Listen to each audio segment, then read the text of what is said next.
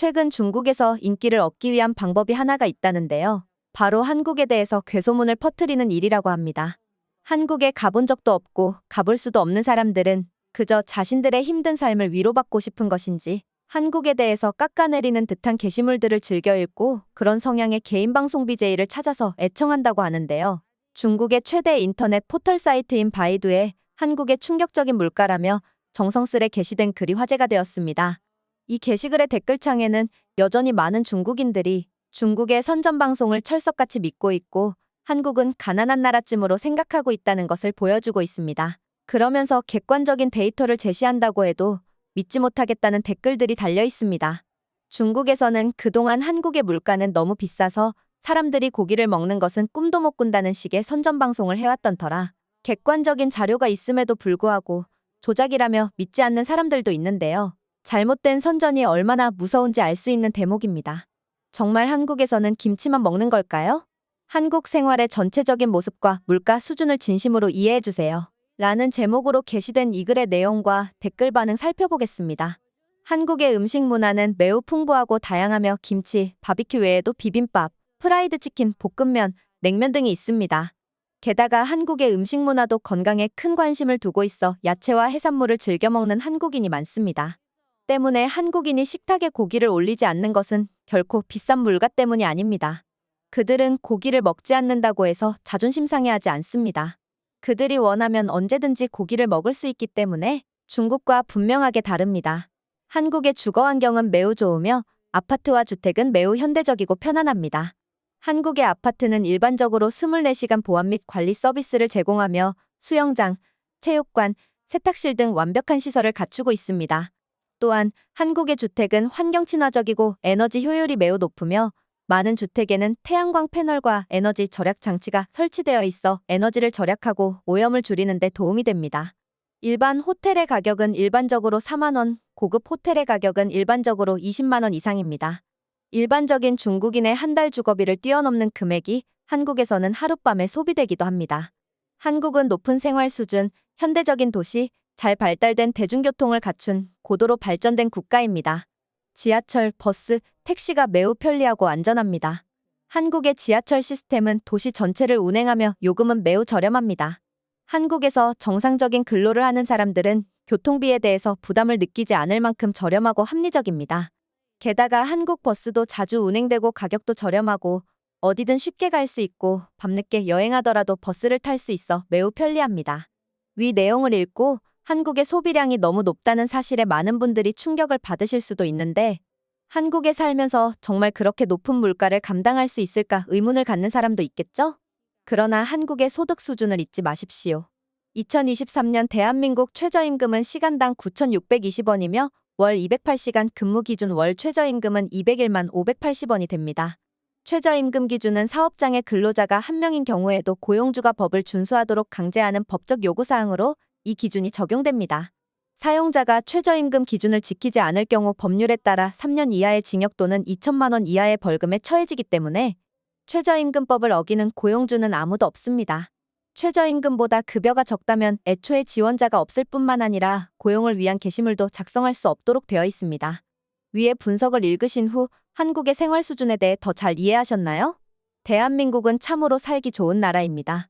한국에는 장점이 많은데 조금만 망설이다 보면 놓치게 됩니다. 한국을 모르고 비난하기보다는 그들의 장점을 배우세요. 그리고 한국에서 일을 할 수 있다면 꼭 하세요. 한두 달 안에 상당한 부를 누릴 수 있습니다. 이 게시물의 댓글창에 어떤 사람이 한국에서 500만 원을 버는 것보다 중국에서 50만 원을 버는 삶이 더 편하다며 댓글을 달았습니다. 그 댓글은 가장 많은 좋아요를 받았고 가장 상단에 게시되어 있습니다. 이런 선동적인 댓글을 달지 말라며 중국이 이래서 부끄럽다는 내용의 대댓글도 있었는데요. 댓글 살펴보겠습니다. 내가 아는 사실과 다르군요. 친구가 한국에서 공부하다가 돌아왔는데 친구는 한국에서 3만 위안을 벌고 사는 것보다 고향에서 3천 위안을 받고 생활하는 게 낫다고 하더군요. 고향에서는 친구들을 저녁 식사에 자주 초대하지만 한국에서는 감히 초대하지 못합니다. 돈이 없어서 김치만 따로 먹고 고기를 한 입 크게 먹는 한국인들을 보세요. 한국인들은 도시로 와서 놀라는 시골 사람의 이미지가 있습니다. 제발 사실의 기사를 쓰세요. 객관적으로 봐야 할 필요가 있어 보이는데요. 이 게시글을 작성한 사람도 한국의 물가가 낮다고 하지 않았습니다. 하지만 한국은 소득도 높습니다. 이상한 말을 퍼뜨리지 마세요. 한국의 고기 가격은 중국보다 정말 저렴합니다. 돼지고기는 1인분에 30위안, 쇠고기는 1인분에 60위안인데 심지어 한국의 소득은 중국의 4배입니다. 이는 중국에서 돼지고기 1인분에 8위안, 쇠고기 1인분에 15위안에 해당합니다. 저는 월급 400만 원의 이주노동자입니다. 한국에서 하루 3끼를 먹습니다. 그리고 매일 고기를 먹을 수 있습니다. 체리와 두리안을 제외하고 다른 과일은 심지어 공짜로 받을 수 있습니다. 한국은 이것이 가능합니다. 베이징에서도 이것을 설명할 수 있을까요? 그렇지 않겠죠. 이렇듯 객관적으로 한국과 중국의 수준 차이를 알려주는 게시글의 댓글창에는 이런 사실을 인정하고 한국에서 배워야 하겠다는 자세는 찾아보기 힘듭니다. 그나마 깨어있는 중국 사람들과 한국을 다녀왔거나 경험했던 사람들이 한편이 되고 그렇지 않은 대다수의 중국인들은 한편이 되어 댓글창은 그야말로 전쟁터가 되어 있는데요. 중국에서 가장 잘 사는 도시 상하이에 사는 사람들의 소득도 대한민국 평균 소득의 절반에 미치지 못하는 게 현실입니다. 게다가 중국은 도시와 농촌의 소득 차이, 즉 빈부격차가 극심한 것으로 나타났는데 우리나라에서는 도시와 농촌의 소득 차이가 그렇게 심하지 않은 것과 비교해서 상당히 대조적입니다. 중국의 시골에서는 아직도 동남아보다 못한 소득 수준을 보이는 사람들이 많습니다. 대도시를 제외한 농촌 지역에서 월소득 30만 원에도 못 미치는 사람이 부지기수이고 그들의 삶은 결코 안정적일 수 없고 불만이 쌓일 수밖에 없죠. 도시에서는 한국만큼 소득이 높지는 못해도 그래도 굶어 죽을 걱정을 안 하는데 반해서 도시 이외 지역으로 빠져나가면 끼니를 굶는 사람도 있다는 게 상상하기 힘든 일입니다.